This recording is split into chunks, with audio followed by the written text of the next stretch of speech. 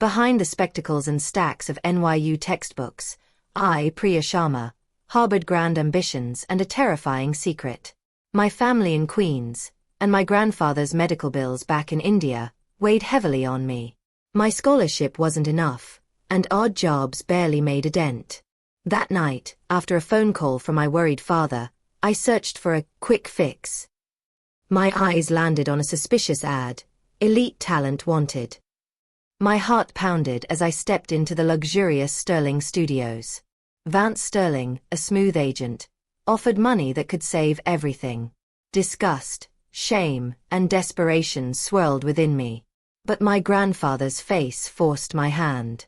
I signed the contract, tears welling up. Indira was born under the studio lights, replacing the pure Priya. I knew this was a bitter choice, a sacrifice I could never tell anyone about. The hushed whisper of turning pages, the faint scent of old paper and stale coffee, the low murmur of hushed conversations. The Bobst Library at NYU was my sanctuary, my fortress against the relentless roar of New York City outside.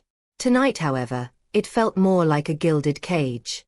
I traced the bold letters of corporate finance law on the textbook before me, my fingers numb, my mind miles away from derivatives and debentures. I was Priya Sharma, a 20-year-old finance major, armed with ambition and a scholarship that felt increasingly like a ticking time bomb. My hair, long and dark, usually meticulously braided, lay disheveled around my shoulders. My usually neat spectacles had slipped down my nose, but I couldn't be bothered to push them up. My eyes, which my mother always said were deep pools of ancient wisdom, felt instead like dry, burning embers. They were fixed on the words, but I saw only numbers, shrinking rapidly, far too fast for my comfort. I closed my eyes, a quick, desperate attempt to conjure a different reality. I saw our small, vibrant home in Queens, the scent of my mother's spices always lingering, the laughter of my younger siblings, my father's booming voice discussing the stock market, a stark contrast to our own meager savings. We weren't wealthy, but we were proud. My parents, immigrants from Mumbai, had sacrificed everything to give me and my siblings a better life. Education was our sacred cow, especially for me, their brilliant firstborn. My full scholarship to NYU was not just an achievement. It was a beacon, a promise of a future free from the struggles they endured. I was supposed to be the one who broke the cycle, the one who climbed to the top of Wall Street, who bought them a house with a garden. But Wall Street felt a million miles away tonight. My phone vibrated, a gentle buzz against the polished wood of the table. My heart lurched. It was my father. I took a deep breath, forcing a cheerful tone into my voice as I answered, trying to mask the tremor in my hands. "Priya Beti. How are you, my dear? Still studying hard, I trust." His voice, usually so strong, had a strained edge tonight. "Of course, Papa. Always. Just finishing up some research for my finance class." I lied smoothly, the words tasting like ash in my mouth. "How are things in Queens? And India? Is everyone well?" A heavy sigh on the other end. "Ah, Priya. That is why I called. Your uncle Ramesh. His land, you know, the one near our ancestral village? The one we had hoped to sell to cover some of your grandfather's medical bills." My stomach dropped. "Yes, Papa. What about it?" "There's been a complication. A legal dispute. It seems. It will not be settled quickly. And your grandfather, his treatments are very expensive. More than we anticipated." His voice faltered. "We have exhausted our savings, Bedi. Your mother worries." My mind raced, calculations flashing. My scholarship covered tuition, yes, but not living expenses, not books, not the extra fees that seemed to pop up like weeds. And certainly not unexpected medical emergencies in India. I was barely scraping by as it was, living in a tiny, overpriced studio in the East Village that I shared with my friend, Chloe. My part-time job at the campus bookstore barely covered my share of the rent and groceries. "Don't worry, Papa," I said, trying to infuse my voice with a confidence I didn't feel. "I'll figure something out. I'll find more work." We'll get through this. You always do, my brave girl, he said, and I could hear the relief, the hope in his voice, and it crushed me. He believed in me so completely. How could I let him down? We spoke for a few more minutes, mostly about mundane things, a fragile illusion of normalcy. When I hung up, the silence of the library pressed in on me, heavier than before. The financial numbers in my textbook seemed to mock me, theoretical solutions to problems that were devastatingly real for my family. A tap on my shoulder made me jump. It was Chloe, my roommate, a whirlwind of vibrant energy even at this late hour.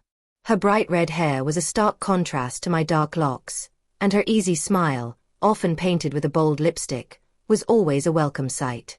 Tonight, however, her usual effervescence seemed a little muted as she saw my face. "Rough call, huh?" she asked, sliding into the chair opposite me. She didn't need to ask. She knew my father's calls often came with invisible strings of expectation and responsibility.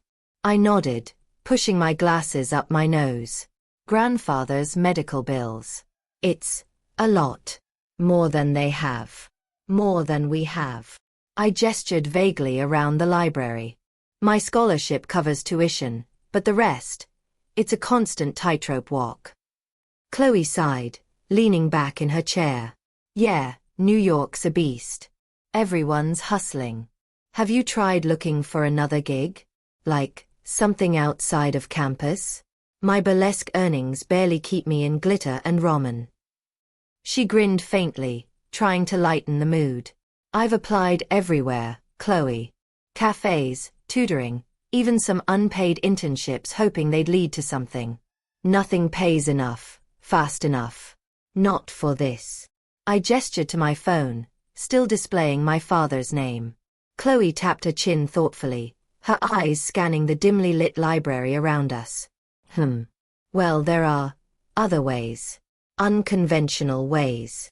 She paused, then quickly added, not that I'm suggesting anything, you know. Just hypothetically. Some of my dancer friends, they dabble in creative content for online platforms. The money's wild, I hear. Like, serious bank for a few hours of work. She waved a dismissive hand. But obviously that's not you. I flinched, a cold dread washing over me. Creative content. My mind immediately went to the darker corners of the internet, the things I'd inadvertently stumbled upon in pop-up ads. Chloe, are you serious? You know my family. My culture. That's not even an option. She quickly raised her hands in surrender. Whoa, relax. I said hypothetically. Just throwing ideas out there. Desperate times, right? She gave me an apologetic look. Forget I even mentioned it. But the words had taken root. Serious bank for a few hours of work. The phrase echoed in my mind, a siren song cutting through the logical arguments screaming in my head. I shook my head, trying to dislodge the thought. It was ridiculous. Unthinkable. Priya Sharma, a finance major, aspiring to Wall Street, doing that? It was anathema to everything I was raised to be. I need a job. A real job. Something legitimate. I insisted, more to myself than to Chloe. Chloe just squeezed my arm. You'll figure it out, Pri. You always do. You're the smartest person I know. Her words were meant to be comforting, but they just amplified the pressure. Smart people don't find themselves in impossible situations. Not like this. I looked back at my textbook, the numbers blurring, the paragraphs of complex financial instruments mocking my inability to solve my own, much simpler, financial crisis. The image of my grandfather, frail and suffering, flashed in my mind. The land dispute. My father's strained voice. What if? The forbidden thought whispered again, insidiously. What if I just looked? Just to see. I picked up my phone, my fingers hovering over the browser icon. It was just research, I told myself. Just to understand what Chloe had hinted at. My heart pounded, a frantic drum against my ribs. This wasn't me. This wasn't the path I was meant to take. But the weight of my family's needs, the fear of losing my scholarship, felt heavier than any moral compass tonight. My cursor hovered over the search bar. My reflection stared back at me from the dark screen. A scared, desperate young woman, a veil of traditional expectations slowly, painfully, being torn. The library felt cold, suddenly vast and empty. The whispers of desperation were growing louder than the rustle of pages. The glowing rectangle of my laptop screen was a portal to a world I never knew existed, a world I certainly never imagined myself entering. After Chloe left the library, leaving me alone with my escalating panic, I had given in. My fingers, trembling at first, had typed in the keywords I'd overheard, the ones Chloe had so casually dismissed. The results, a cascade of vibrant, almost defiant images and alluring headlines, felt like a punch to the gut. This was it. This was the creative content. And the numbers, the potential earnings splashed across some of these sites, were staggering. Far beyond what I could ever hope to earn at the bookstore or tutoring. I scrolled, my breath hitched in my throat. Each click felt like another step away from the Priya Sharma my parents knew, the one I was supposed to be. There were women who looked nothing like me, bold, uninhibited, their bodies unashamedly on display. But then, there were others. Some looked like they could be my classmates, almost ordinary, yet with an undeniable magnetism in their eyes. A cold knot formed in my stomach. Could I even pretend to be like that?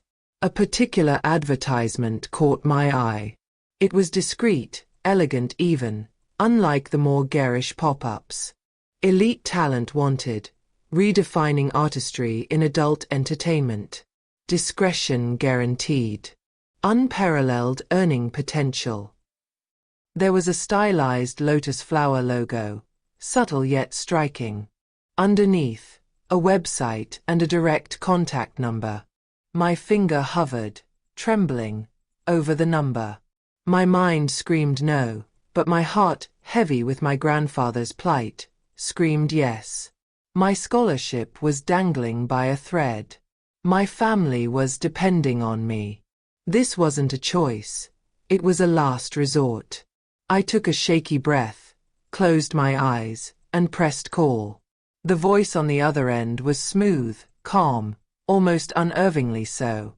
Vance Sterling, Sterling Studios. How can I help you? His voice was deep, articulate, without a hint of the sleaziness I had instinctively expected. Hello. My name is Priya. I saw your advertisement. Online. My voice was a whisper, barely audible. Yes. The elite talent ad. A select clientele we cater to, Miss Priya. We value professionalism and artistic integrity above all. Are you calling to inquire about a position? His tone was polite, almost inviting, like he was discussing a job at a prestigious art gallery, not this. Yes, I managed, the word catching in my throat. I am. I'd like to know more. He didn't push. He simply provided an address in what he called a private studio in Brooklyn, along with a time for an interview the following afternoon. Come as you are, Miss Priya. We merely wish to have a conversation and understand your aspirations. His words were so reassuring, so normal, that they almost made me forget what I was actually agreeing to explore. I arrived at the address the next day, my heart hammering against my ribs. It was an unassuming building in a converted industrial area, modern and sleek, blending in with the surrounding businesses. No flashy signs, no neon lights. Just a discreet brass plaque beside a polished steel door, Sterling Studios. I hesitated, my hand frozen on the cold metal. Every fiber of my being screamed at me to run, to turn around and never look back. But the image of my grandfather's frail hands, my father's worried eyes, held me captive. I pushed the door open. The interior was surprisingly chic. Soft lighting, minimalist decor, modern art on the walls. It felt more like a high-end design firm than a porn studio. A polite young woman, impeccably dressed, greeted me at the reception desk. "Miss Sharma, Mr. Sterling is expecting you. Please have a seat." A few minutes later, Vance Sterling himself emerged from an inner office. He was perhaps in his late 40s, impeccably dressed in a tailored suit, with silvering at his temples that only added to his distinguished appearance. His eyes, though, were what struck me most, sharp, intelligent, and piercing, like he could see straight through my carefully constructed facade. He offered a warm, professional smile. "Miss Sharma, thank you for coming. Please, follow me." He led me into his office, a spacious room with a large desk, a comfortable seating area, and a panoramic view of the Brooklyn skyline. There were no explicit images, no suggestive props. Just more modern art and a row of well-bound books on art and photography. It disarmed me completely. "Please, make yourself comfortable," he gestured to a plush armchair. "Tea, coffee, water, please," I managed, my voice still a little shaky. He poured me a glass and then settled opposite me, his gaze unwavering but not intrusive. "So, Miss Sharma, let's be frank. You're clearly an intelligent young woman. You attend NYU, correct? A finance major, I believe." My eyes widened. "How did you?" He smiled faintly. "We do our homework, Miss Sharma. We're a serious business, and we only work with serious individuals. We vet our potential talent thoroughly. Your academic record is exemplary. Which begs the question, why are you here?" His directness took me aback. I swallowed hard, the cold water doing little to calm my racing heart. "My family," I began, my voice barely above a whisper. "My grandfather is ill. Very ill. And there are financial difficulties back home. My scholarship only covers tuition. I need money. A lot of money. And quickly." The words tumbled out, raw and desperate, shorn of any pretense. Vance listened patiently, his expression unreadable. When I finished, he nodded slowly. "I see. A common narrative, perhaps, but your sincerity is evident. And I appreciate your honesty. Let me be equally honest with you, Miss Sharma. The industry you are considering, as you well know, carries a certain stigma, especially for someone from your background, with your academic aspirations." My cheeks flushed hot. "I know," I whispered, shame washing over me. "However," he continued, his voice softening slightly, "it is also an industry that can offer unparalleled financial independence. For the right individuals. We cater to a discerning audience. Our content is high-end, artistic, and focuses on the beauty of human intimacy and sensuality. We pride ourselves on creating an environment that is respectful, professional, and safe for our performers. Discretion, as our ad states, is our absolute priority. Your identity as Priya Sharma, the NYU finance student, will remain entirely separate from your professional persona here, should you choose to join us." He paused, letting his words sink in. "You would adopt a stage name. We call it an artist name. It would be your professional identity within this space, for your protection and privacy." "A stage name," I repeated, the idea strange and alien. "Yes. It allows you to compartmentalize. To be someone else, if you wish, when you are here. Many of our performers find it liberating." He leaned forward slightly. "Now, let's talk about what's involved. Our shoots are carefully planned, tastefully executed. You would work with professional photographers, videographers, and often, other performers. You would have a say in the types of scenes you are comfortable with. Your boundaries would be respected. Always. He then laid out the financial terms. The numbers he quoted made my head spin. It was more than I could have imagined. Enough to cover my grandfather's medical bills, help my family, and secure my own financial future through graduation. My mind was a whirlwind.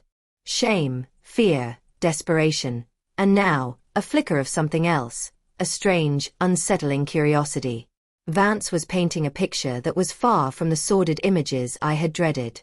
It sounded, almost legitimate, in its own twisted way. Professional. Controlled. I don't know, I stammered, my voice barely audible. It's a lot to take in. Vance nodded understandingly. Of course. This is not a decision to be made lightly. Take your time, Miss Sharma. Think about it. Discuss it with someone you trust, if you feel comfortable. We are not in the business of coercing anyone. But understand this.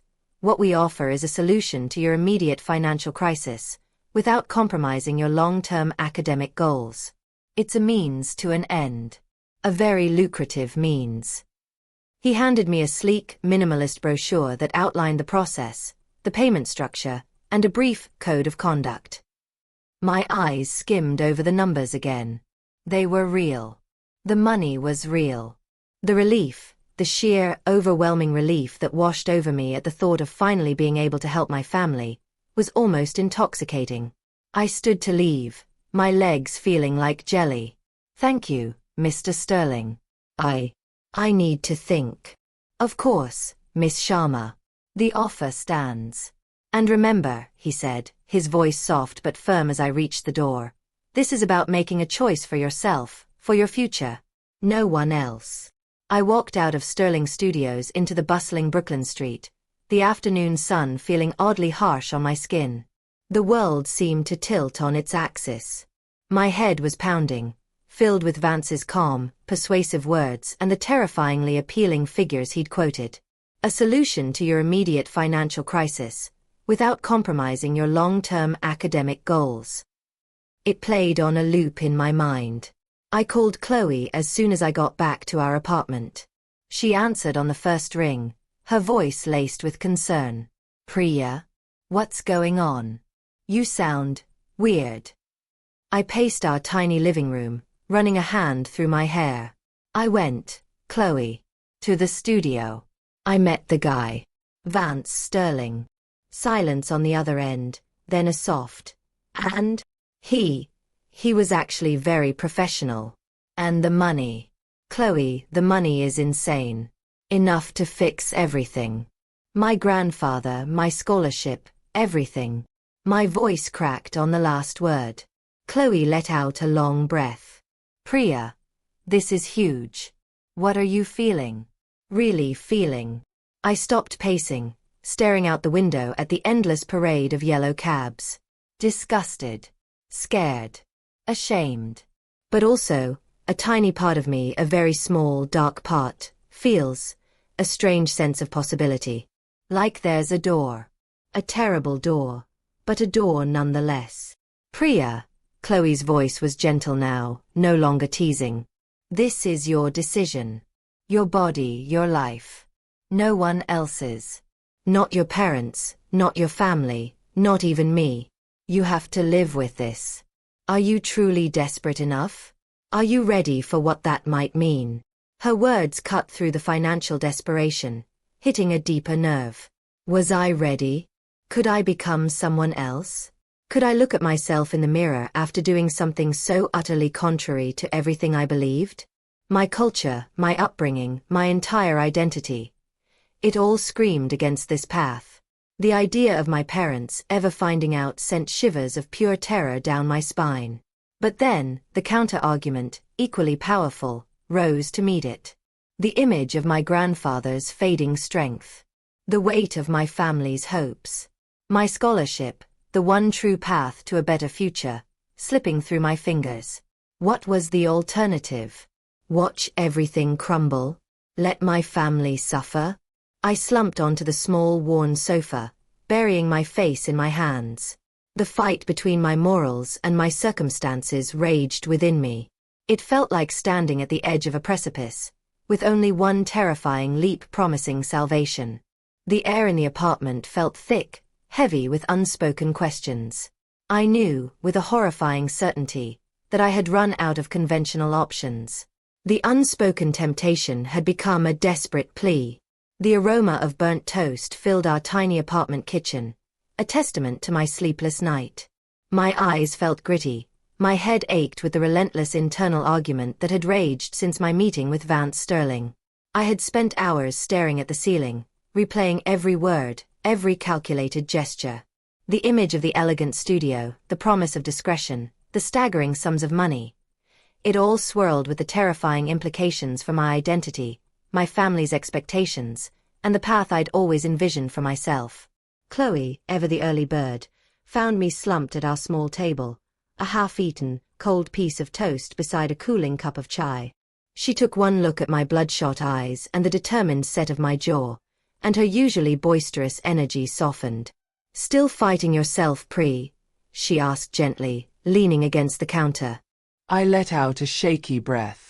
It's not a fight anymore, Chloe. It's a surrender. There's no other way. I looked up at her, my voice barely a whisper. I'm calling him. I'm taking the offer. Chloe didn't gasp, didn't argue. She just nodded slowly, her expression a mix of concern and a quiet understanding. Are you sure? Really sure, deep down? No, I admitted, my voice raw. I'm terrified, disgusted, but I'm also tired of being desperate. My grandfather needs help. My parents need help. This is it. This is the only way I can give it to them without giving up on NYU completely. My voice firmed slightly. I'll do it. I'll make it work. It's a means to an end, right? A temporary solution. Chloe walked over and wrapped me in a tight hug. Whatever you need, Pri. I'm here. No judgment. Ever. Her embrace was a lifeline in a storm. Later that morning, with my hand still trembling, I dialed Vance Sterling's number. He answered almost immediately, his voice as calm and professional as before. Sterling Studios. Vance Sterling speaking. Mr. Sterling, it's Priya Sharma, I said, forcing my voice to sound stronger than I felt. I've thought about your offer. And I accept. A beat of silence then. Excellent, Miss Sharma. I'm pleased to hear that. I believe this will be a beneficial arrangement for both parties. Can you come in this afternoon to finalize the contract and for an initial orientation? Yes. Yes, I can, I replied, the words sealing my fate. The second visit to Sterling Studios felt different. The initial shock had worn off, replaced by a cold, sharp resolve. This wasn't about exploring anymore. It was about committing. Vance greeted me with the same polite professionalism, but there was a subtle shift in his demeanor, a hint of something more direct, now that I was no longer a prospect but a potential asset. He led me through the studio, which I now saw for what it was. A meticulously organized, high-tech operation. There were soundproofed rooms, elaborate lighting setups, and surprisingly comfortable dressing rooms. I saw a few other women, and a couple of men, moving about. They seemed ordinary, professional. Some exchanged polite nods with Vance. It wasn't the shadowy, illicit world I'd imagined, but a well-oiled machine. Back in his office, the conversation was all business. He laid out the contract, explaining each clause. It was comprehensive, covering everything from payment schedules and non-disclosure agreements to the expectations for professionalism and boundaries.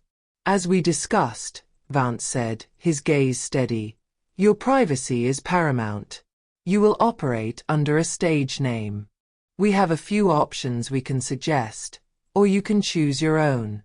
Something that speaks to a part of you, perhaps, or something entirely new. My mind raced. Priya was my identity, my family's pride. I couldn't taint that. I needed something separate, something that could absorb the discomfort, the shame, the otherness of this work. I thought of my Indian heritage, the vibrant colors, the rich mythology. My mother often called me her little lotus, a symbol of purity rising from the mud. But purity felt a million miles away now.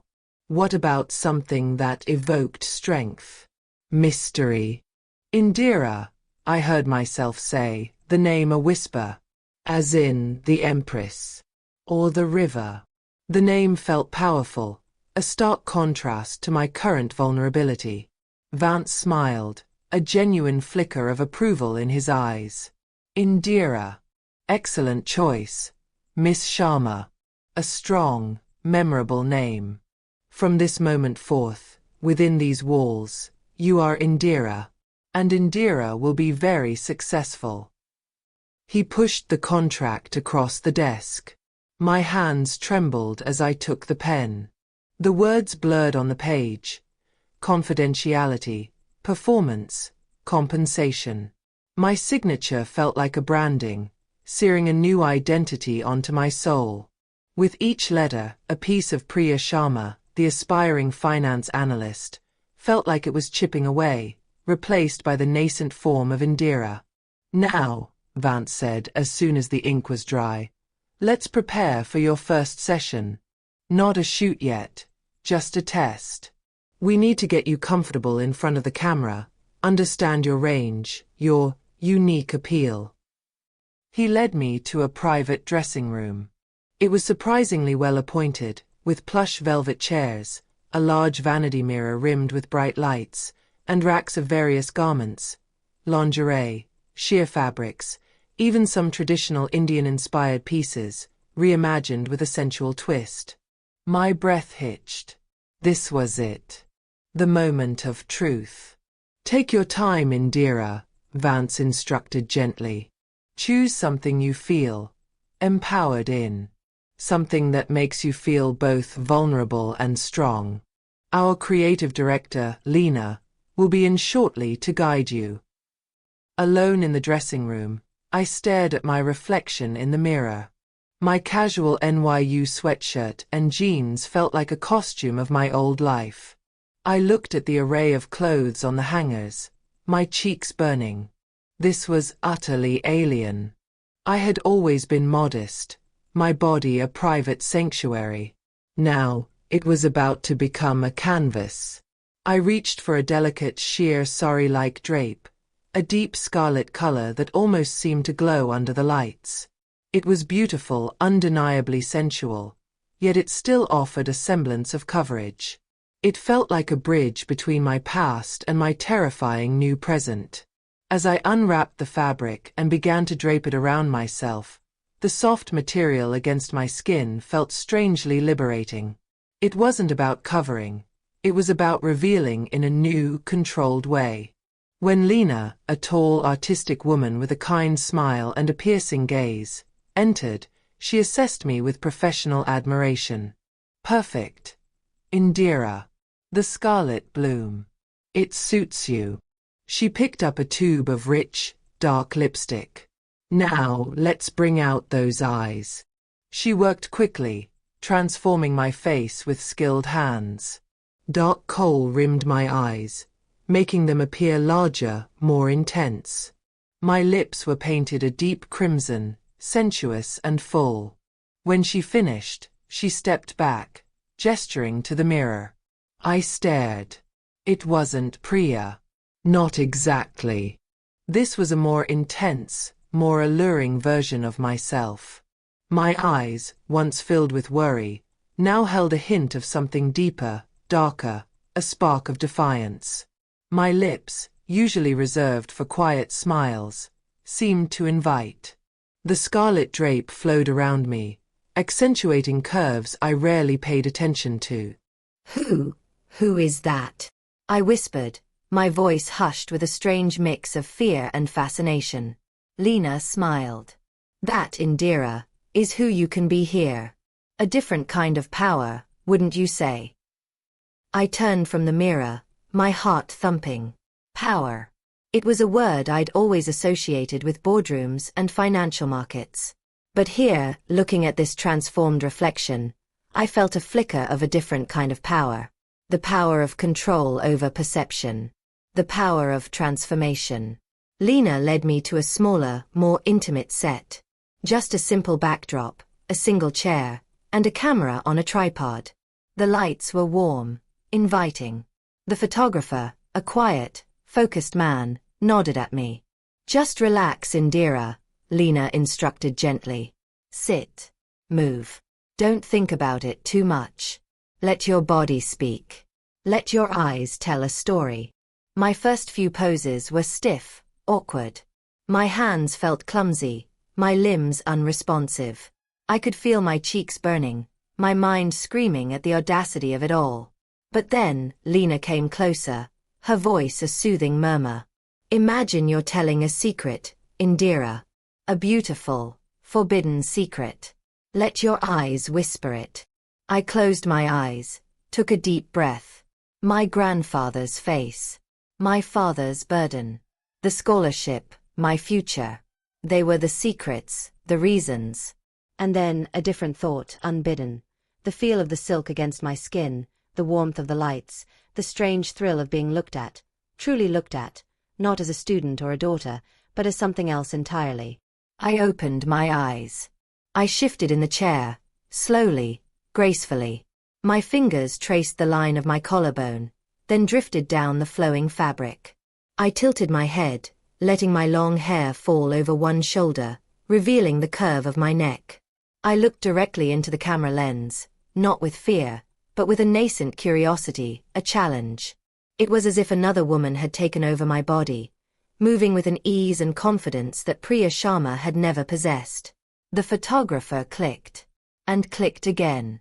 Lena nodded, a look of quiet satisfaction on her face. See, Indira, you have it. More than you think. As the session ended, and I returned to the dressing room, peeling off the scarlet drape, I caught my reflection again. The kohl was smudged, the lipstick slightly faded, but in my eyes, something had changed. The desperate fear was still there, a dull ache beneath the surface, but mingled with it was a flicker of something new. A nascent sense of control. A shocking hint of empowerment. And a terrifying, undeniable awareness of a sensual side I had meticulously kept hidden, even from myself. I had stepped through the terrible door. And to my utter shock, I hadn't crumbled.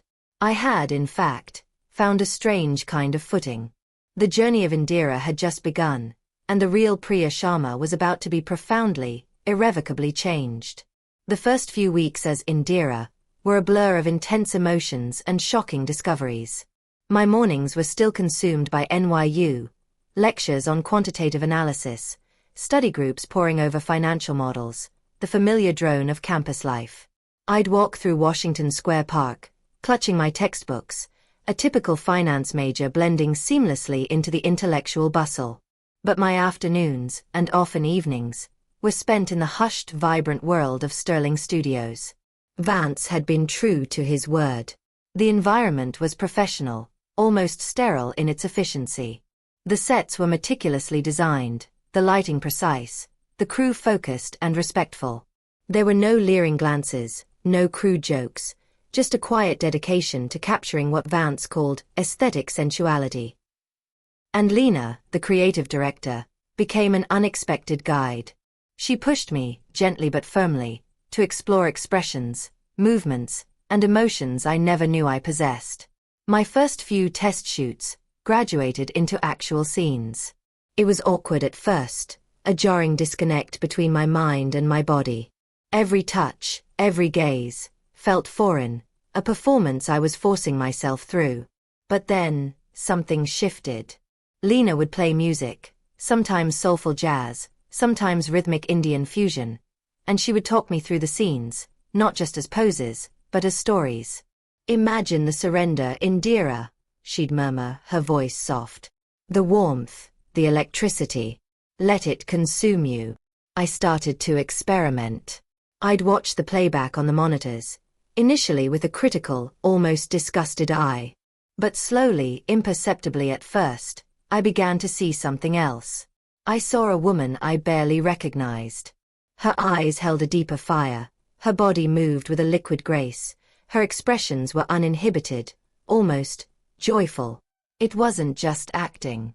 It was a strange kind of release. One afternoon, during a particularly intimate scene, I felt a jolt.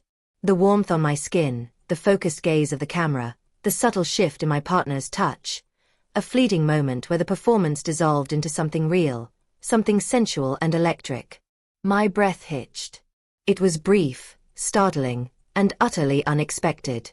My body, which I had always considered a vessel for my mind, a tool for academic success, was revealing a language all its own. I stared at my reflection in the dressing room mirror after that shoot, my face still flushed, my lips slightly swollen from the intense expressions. This wasn't the chaste Priya who wore modest salwar kameez for family gatherings. This was Indira, bold and unashamed, capable of a raw, beautiful sensuality. It was terrifying, but also, disturbingly, empowering. My body felt like my own, for the first time truly separate from the expectations of others. I could command it, control it, use it to express something primal and potent. The shame hadn't vanished, but it was now tangled with a baffling sense of discovery. The double life became my new normal. By day, I was the sharp, analytical finance student, dissecting balance sheets and economic theories. I was quieter, perhaps, more reserved, constantly guarding the secret that pulsed beneath my skin. My professors praised my renewed focus, mistaking my intense concentration for purely academic zeal. My grades were soaring. The money from Sterling Studios was pouring in, a steady stream that kept my family afloat and my scholarship secure. The relief was immense, a heavy burden lifted. But the price was constant vigilance. I meticulously avoided campus-wide events, fearing a stray glance or an overheard conversation. I'd change my phone number frequently, use encrypted messaging apps, and create elaborate excuses for my absences from late-night study sessions. The fear of being discovered, particularly by someone from my close-knit Indian community in Queens, was a cold knot in my stomach. I imagined the looks, the whispers, the instant shunning. The shame would not just be mine, it would be my family's, irrevocably staining their honor. That thought alone was enough to keep me constantly on edge. Chloe, my steadfast anchor, was the only one who truly saw the extent of my transformation. She'd watch me get ready for a shoot, sometimes with a mix of awe and concern. One evening, after I'd returned from a particularly demanding session, I collapsed onto our sofa, my body humming with a strange exhaustion and exhilaration. "How was it, Pri?" she asked softly, handing me a mug of hot tea. I took a long sip. Intense. Liberating. Horrifying. All at once. I looked at her, my eyes pleading for understanding. "Chloe, it's not what I thought. It's not just about the money anymore. There's something else. A part of me I didn't know existed." Chloe sat beside me, her expression serious. "I can see it, Pri. You're different. More confident, somehow. More alive. It's wild." She hesitated, then her brow furrowed. "But are you okay? Like, really okay? Are you safe? Are they treating you right?" "Yes," I assured her. "Vance is professional. Lena is incredible. I am the one who's changing. It's like I'm unlocking a part of myself I've always kept under lock and key. The part that wants to feel, to express, to be bold." I paused. Then a wave of frustration washed over me. But God, Chloe, the lies. The constant vigilance. I feel like I'm living a fractured life. My parents call, asking about my studies, my future, and I just I can't tell them anything. I can't be honest. You don't have to be, Chloe said firmly. Not yet. Maybe not ever. This is your secret, Priya. Your survival. And honestly, your transformation. It's kind of inspiring. You're finding strength in a place no one would expect. But the constant pressure of the secret began to fray my nerves. One evening, after a particularly draining day of classes followed by a long shoot, Chloe found me weeping silently on my bed, clutching a framed photo of my family. Priya, what's wrong? She rushed to my side. I can't do this anymore, Chloe, I sobbed, the words muffled against the pillow. The lies are suffocating me. I hate feeling like I'm betraying everything my parents worked for. And yet I can't stop. Not until I'm truly safe, truly done with all of this. Chloe pulled me into a tight embrace. Sure, it's okay, Pri. It's okay to feel this way. This is messy, complicated stuff. And you're doing what you have to do. You're strong. So incredibly strong. You're not betraying them. You're protecting them. You're protecting yourself. Her words, simple yet profound, resonated deeply. She was right. This wasn't a betrayal. It was a desperate act of preservation. And the unsettling truth was, amidst the fear and the guilt, a part of me was indeed blooming, a scarlet flower pushing through the concrete of expectation. The shame was still there, but it was now interwoven with a bewildering sense of empowerment, a secret fire that burned bright within me, fueling both my anxiety and my resolve.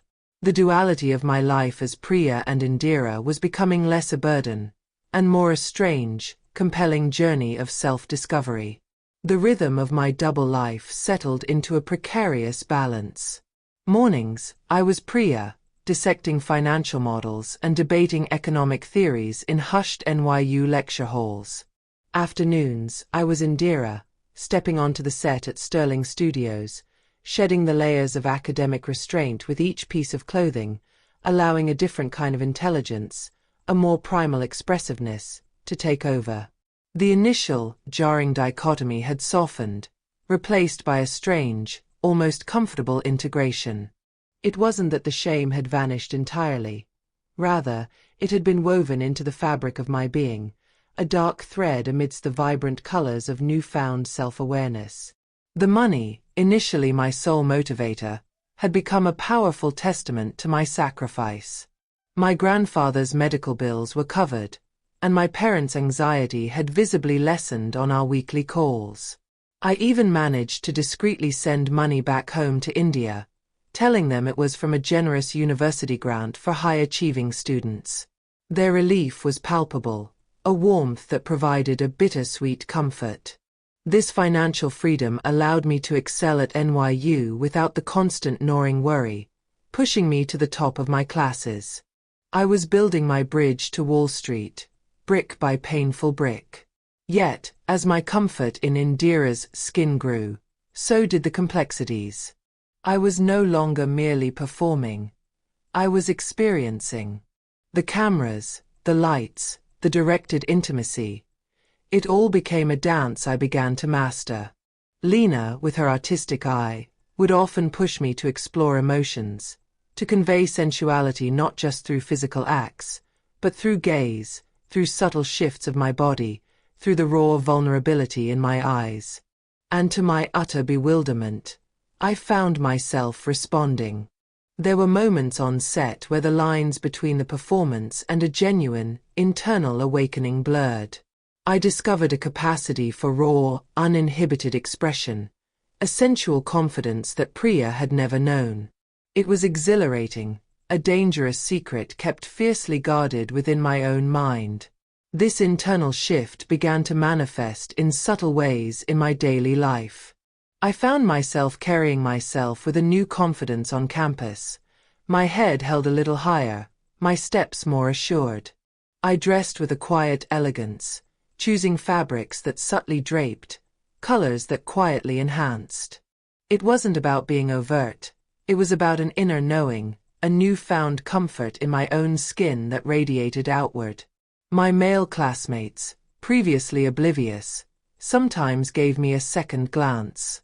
I met their gaze, not with flirtation, but with an unexpected power. But this burgeoning confidence was constantly tempered by the shadow of exposure. Every time my phone buzzed with a call from my parents, my stomach would clench. "How are your studies, Beatty?" my mother would ask, her voice warm. "Are you taking care of yourself?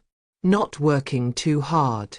I would reassure her, painting a picture of diligent study and campus life, the words feeling like a betrayal on my tongue.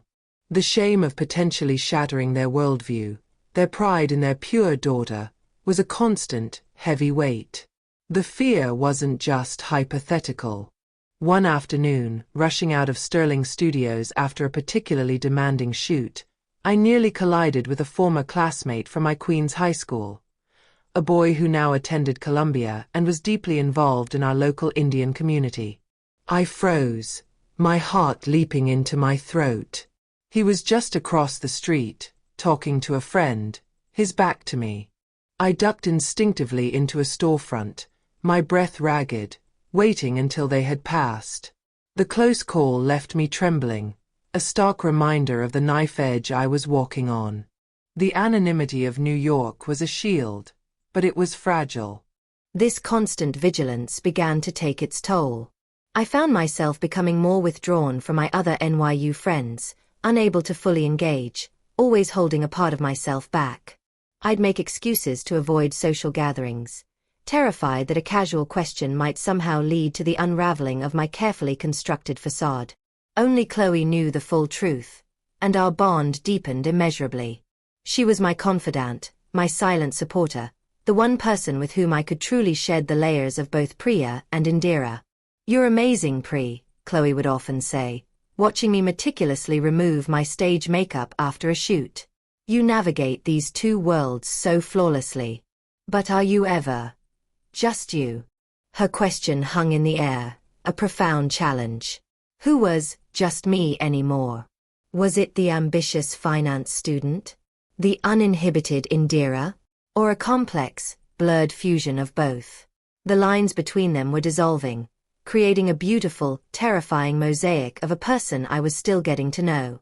One evening, staring out from our apartment window at the glittering expanse of the Manhattan skyline, a new thought solidified in my mind. This wasn't forever. This wasn't my destiny. Indira was a powerful tool, a necessary phase, but ultimately, a means to an end. My ambition for Wall Street, for a stable, legitimate career, for a future free from this secrecy, still burned bright. The financial security I had gained, the self-knowledge I had stumbled upon, these were gifts from this arduous journey. But the inherent risk, the emotional toll, the constant fear of exposure, they demanded an exit strategy. I needed to finish my degree, secure a solid job, and then, with the same meticulous planning I applied to my finance projects, I would orchestrate my graceful, silent departure from the world of Indira. The decision brought a renewed sense of purpose, a clarity to the swirling confusion. The shifting sands of self were still moving, but now, I saw the shore. And I knew exactly how to reach it. The scent of freshly brewed coffee filled the air as I walked into the bustling career fair at NYU, a stark contrast to the cloying fragrance of studio makeup and the faint, musky scent of lingering perfume. My resume was clutched in my hand, a meticulously crafted document outlining my academic prowess and internships, a testament to Priya Sharma, the aspiring financial analyst. There was no mention of Indira, no hint of the vibrant, uninhibited persona I donned after sundown. That part of my life, as essential as it had become, was now a carefully contained secret, a means to an end. My focus had narrowed, sharpened by the dual pressures of my life. With the financial anxieties largely assuaged by my work as Indira, I could pour all my intellectual energy into my studies. My grades, always good, became exceptional. I devoured textbooks, participated actively in class discussions, and even took on extra research projects. My professors, particularly Dr. Schmidt, my stern but brilliant finance professor, took notice, seeing in me a budding talent for the intricate world of global markets. This academic success wasn't just about grades. It was my ticket out, my escape route. Securing a legitimate high-paying job in finance was paramount. I spent countless hours networking, attending career workshops, and perfecting my interview skills. Each interview felt like another performance, a different kind of acting. I had to project confidence, intelligence, and an unwavering dedication to the corporate world, all while suppressing the chaotic, colorful reality of my other life. There were moments of sheer exhaustion, where the polite smiles and firm handshakes felt like an unbearable weight. "You're burning the candle at both ends, Chloe observed one evening, finding me hunched over my laptop, revising my cover letter at 2 a.m. after a late shoot. "You look completely wiped." "I have to," I murmured, rubbing my temples. "This is the final push. The sooner I land something solid, the sooner I can step away." The idea of stepping away from Sterling Studios brought with it a complex mix of emotions. There was immense relief, a yearning for simplicity and honesty. But there was also a surprising pang of something akin to nostalgia. Indira had become more than just a means of income. She had become a vessel for a part of me I had never known. The sensual confidence, the artistic expression, the thrilling sense of control over my own body. These were revelations that had profoundly changed me. Leaving it behind felt like closing a chapter on a strange, exhilarating self-discovery. Vance, ever astute, seemed to sense the shift in my priorities. His offers for shoots became more frequent, more lucrative, almost as if he was trying to tempt me to stay. "Indira, your presence on screen is captivating," he'd tell me, his voice smooth. "You have a unique quality, a genuine spark. We're launching a new premium platform, and we envision you as one of our lead talents. The compensation would be significant, life-changing, even." His words were a powerful lure. The thought of even more financial security, of never having to worry about money again, was incredibly tempting. I could help my parents more, invest in their future, ensure my siblings' education was secure. It was a comfortable, easy path now. But the image of Wall Street, of the life I had always dreamed of, pulled harder.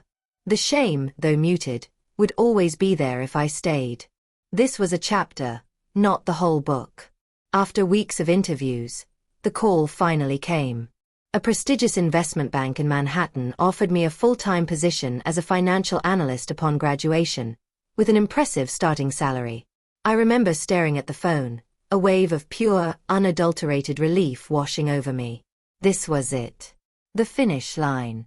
The very next day, I scheduled a meeting with Vance. My heart pounded as I walked into his office, but this time, it was with a sense of purpose, not fear. "Vance," I began, sitting across from his polished desk. "I appreciate all the opportunities you've given me. This studio, this work, it has been incredibly impactful, in ways I never expected." He nodded, his gaze keen. "I sense a, but coming, Indira." "Yes," I confirmed, meeting his eyes steadily. "I've accepted a position at a financial firm. My degree program is ending, and it's time for me to pursue my long-term career." A flicker of disappointment crossed his face, quickly masked by his professional demeanor. "I understand. Though I must admit, I'm genuinely disappointed. You've been one of our most remarkable talents. Are you certain? We are prepared to offer an even more substantial package to retain you. Think of the freedom, the control over your own schedule, the unique brand you've built here." The temptation was strong, a whisper of a life less constrained by corporate hierarchies. But I shook my head, my resolve firm. "My path is in finance, Vance." This was a necessary detour, a valuable one. But it's time for me to move forward. He leaned back, a faint smile playing on his lips. "Very well, Indira. I respect your decision. Your professionalism, even in this, is admirable. We will honor our contract. Your final shoot will be next week. Consider it your grand farewell." My final shoot as Indira was an emotional kaleidoscope. The set was simpler than usual, bathed in soft, ethereal lighting. It felt less like a performance and more like a farewell ritual. Lena directed me with a quiet understanding, capturing the quiet strength, the subtle sensuality, that had become my hallmark. There was no pretense, no forced emotion. It was just me, Indira, offering a final lingering glimpse of the woman I had become in this unexpected journey. Each pose, each glance at the camera, felt like a silent goodbye to a powerful, secret part of myself. There was a sense of profound gratitude for what this path had given me. The financial security, yes, but more importantly, the unveiling of my own inner landscape. As I left the studio that evening for the very last time, the cool New York air felt different against my skin. The weight of the secret still lingered, a phantom presence, but it was now laced with a profound sense of closure. The chapter of Indira was closing, the pages filled with experiences I would carry, silently, forever. Priya Sharma was stepping into a new dawn, armed with a degree, a job, and a quiet strength forged in the most unexpected of fires. The crisp autumn air of graduation day was a balm against my skin, a stark contrast to the humid intensity of my hidden life. I stood amidst a sea of navy blue caps and gowns at Yankee Stadium, the roar of the crowd replaced by the triumphant cheers of graduating students and proud families. My parents, dressed in their finest, beamed from the stands, their faces etched with pride and relief. My father's booming laughter, my mother's soft, emotional tears. They were the most beautiful sounds I had ever heard. This was it.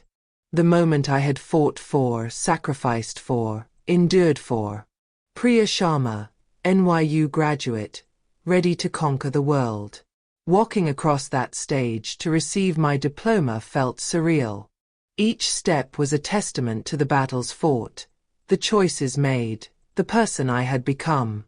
I shook the dean's hand, my eyes momentarily meeting Dr. Schmidt's, who offered a rare, approving smile. He saw the finance student, the potential analyst. He saw Priya. And in that moment, that was all that mattered. My heart swelled with a profound sense of accomplishment, untainted by the ghosts of Indira. She was a part of my past, a quiet strength deep within, but not for this moment, not for this stage.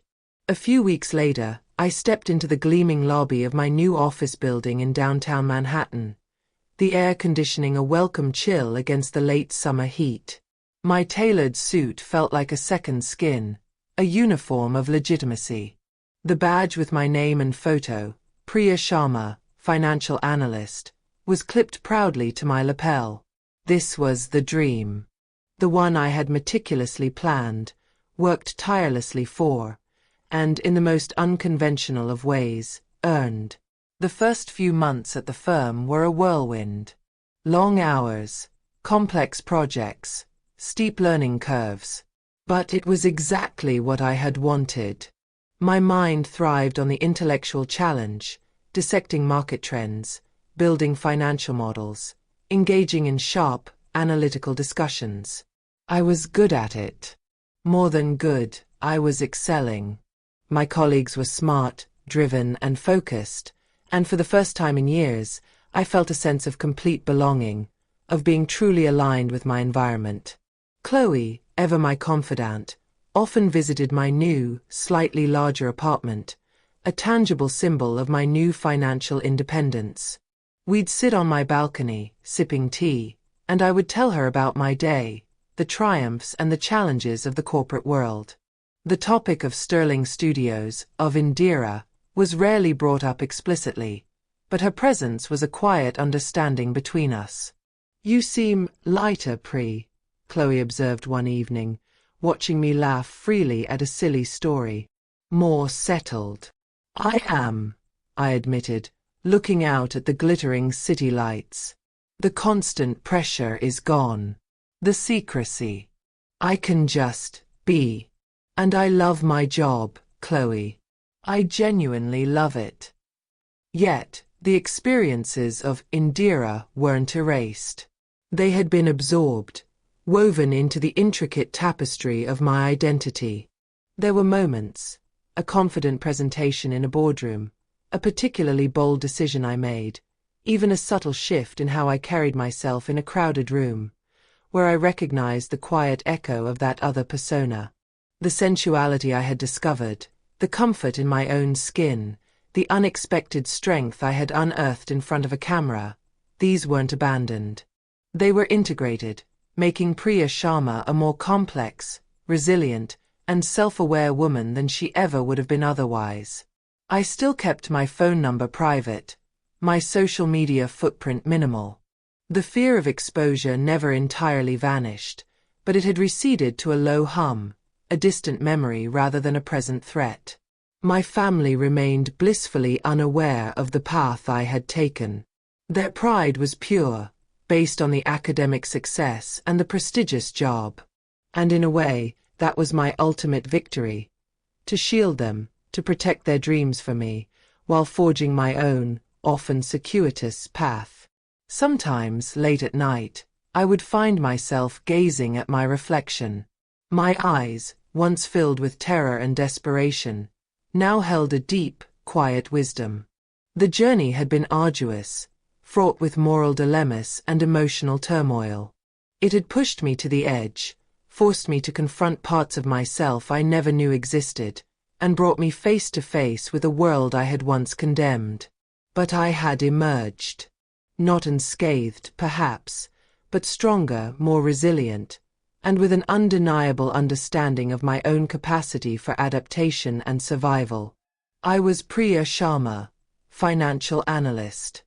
But I was also the woman who had dared to be Indira, who had found power and a strange kind of beauty in the forbidden, and who had chosen her own way out. The past wasn't a burden, it was a foundation. And as I looked out at the vast, promising expanse of the city, I knew, with absolute certainty, that my future, built on the foundations of both my veiled ambition and my scarlet bloom, was entirely my own.